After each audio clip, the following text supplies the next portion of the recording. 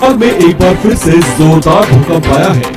एक बार फिर से नेपाल में धरती के नीचे हुए तेज कंपन ने यहाँ के लोगों को दहला दिया है और इस बार भी नेपाल में 6.4 की तीव्रता वाले भूकंप ने विनाशलीला मचाई है।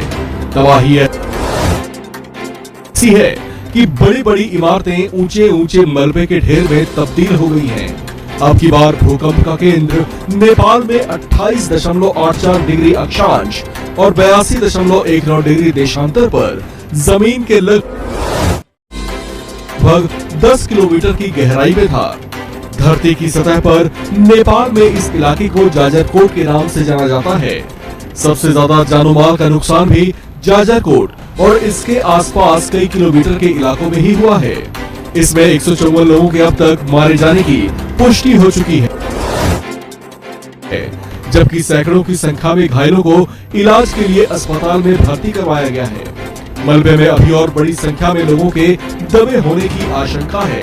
ऐसे में मरने वालों के आंकड़ों में और बढ़त देखी जा सकती है। नेपाल में लगातार तेज भूकंप आ रहे हैं। यहाँ हर कुछ हफ्तों या महीनों के बाद जोरदार भूकंप का झटका आ रहा है। इसे वैज्ञानिक ठीक संकेत नहीं मान रहे। कहा जा रहा है कि नेपाल में बार बार आ रहे तेज भूकंप किसी बड़ी अनहोनी का ट्रेलर भी हो सकते हैं।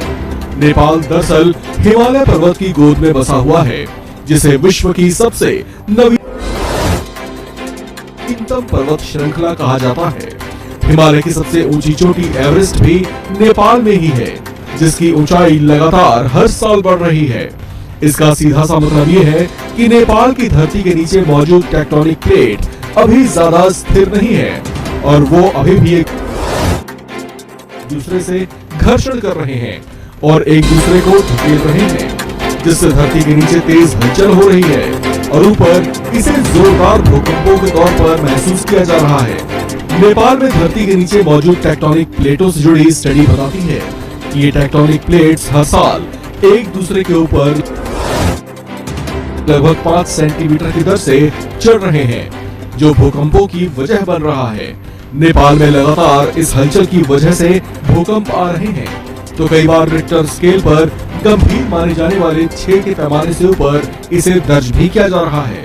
नेपाल में इससे पहले सबसे तेज भूकंप 25 अप्रैल 2015 को दर्ज किया गया था।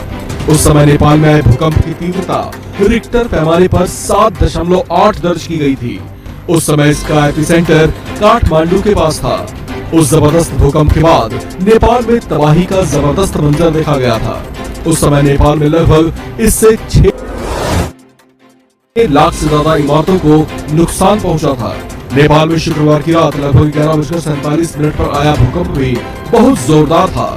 6.4 की तीव्रता वाले भूकंप का असर लगातार 40 सेकंड तक महसूस किया गया, जबकि शनिवार की अल सुबह तक इसके आफ्टर शॉक्स महसूस किए जाते रहे। इस भूकंप ने अब तक 154 जिंदगियां छीन ली हैं, जबकि बहुत से अस्पतालों में बहुत से लोग जिंदगी और मौत के बीच झूल रहे हैं।